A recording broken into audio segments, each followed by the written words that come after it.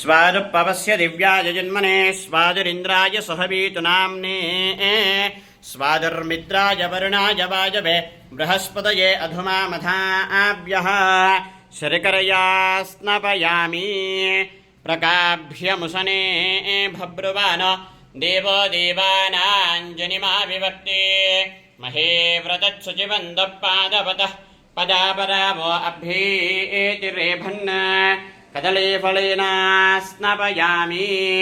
असृक्षितः प्रवाजिनो गव्यासो मासो अश्वय शुक्रासो वीरयाशवः कदलीफलेन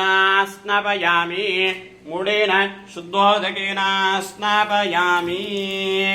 ॐ नमो भगवते रुद्राय नमस्ते रुद्रमन्यवभूतोद इषवे नमः नमस्ते अस्तु तन्वने बाहुभ्यामुदते नमः यात इषु शिवतमा शिवं बभूवदे जनः शिवा शरव्याया तपदया नो रुद्रमृडया याते रुद्रशिवात नोरघोरा पापकाशिने तया नस्तनवा शन्तमया गिरिशन्ता विशाकशीः यामिषङ्गिरिशन्त अस्ते एभिवर्षस्तवे शिवाङ्गिरित्रदाङ्कुरमाहे पुंसे पुरुषं जगत् शिवेन